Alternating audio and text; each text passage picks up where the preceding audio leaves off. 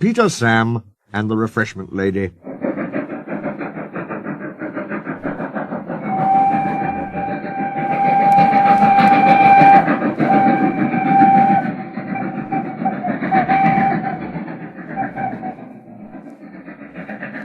As the handle was shut up, Peter Sam had to run the line. He was excited, and the fireman found it hard to get him ready. "Sober up, can't you?" he growled. "Anybody would think," said Sir Handel rudely, "that he wanted to work." "All respectable engines do," said Skarloey firmly. "I wish I could work myself." "Keep calm, Peter Sam.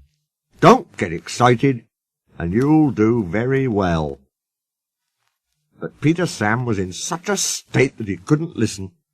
When his driver came, Peter Sam ran along to fetch the coaches. "Beep, beep, beep, beep, beep, beep, come along, girls," he whistled, and although he was so excited, he remembered to be careful. "That's the way, my dears, gently does it." "What did he say?" asked Jemima, who was deaf. "He said, 'Come along, girls,' and he called us his dears," simpered the other coaches. "Really, one does not know what to think. Such a handsome young engine, too. So nice and well-mannered." And they tittered happily together as they followed Peter Sam. Peter Sam fussed into the station to find Henry already there. "This won't do, youngster," said Henry. "I can't be kept waiting. If you are late tonight, I'll go off and leave your passengers behind." "Pooh," said Peter Sam. But secretly he was a little worried. But he couldn't feel worried for long. What fun it all is, he thought as he ran around his train. He let off steam happily, while he waited for the guard to blow his whistle and wave his green flag. Peter Sam puffed happily away, singing a little song. "I'm Peter Sam, I'm running this line, I'm Peter Sam, I'm running this line." The people waved as he passed the farms and cottages, and he gave a loud whistle at the school. The children all ran to see him puffing by. Agnes, Ruth, Jemima, Lucy, and Beatrice enjoyed themselves too. "He's cocky, trot, trot, but he's nice, trot, trot. He's cocky, trot, trot, but he's nice, trot, trot," they sang as they trundled along. They were growing very fond of Peter Sam. Every afternoon they had to wait an hour at the station by the lake. The driver, fireman, and the guard usually bought something from the Refreshment Lady, and went and sat in Beatrice. The Refreshment Lady always came home on this train. Time passed slowly today for Peter Sam. At last his driver and fireman came. "Beep, beep! Hurry up, please!" he whistled to the passengers, and they came strolling back to the station.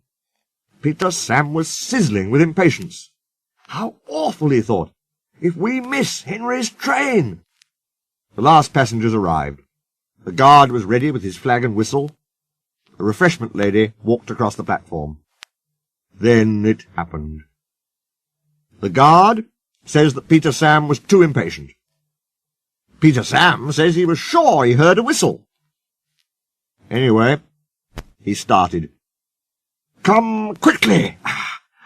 Come quickly!" he puffed.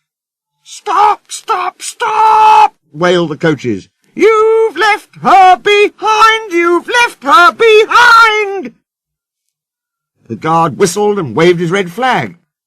The driver, looking back, saw the refreshment lady shouting and running after the train. "Bother!" groaned Peter Sam as he stopped. "We'll miss Henry now." The refreshment lady climbed into Beatrice, and they started again. "Oh, we're sure to be late! Oh, we're sure to be late!" panted Peter Sam frantically. His driver had to keep checking him. "Steady, old boy, steady!"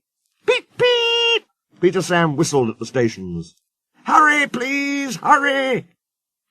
And they reached the big station just as Henry steamed in. "Hurrah!" said Peter Sam. "We've caught him after all." And he let off steam with relief. Whoosh! "Not bad, youngster," said Henry loftily. The refreshment lady shook her fist at Peter Sam. "What do you mean by leaving me behind?" she demanded.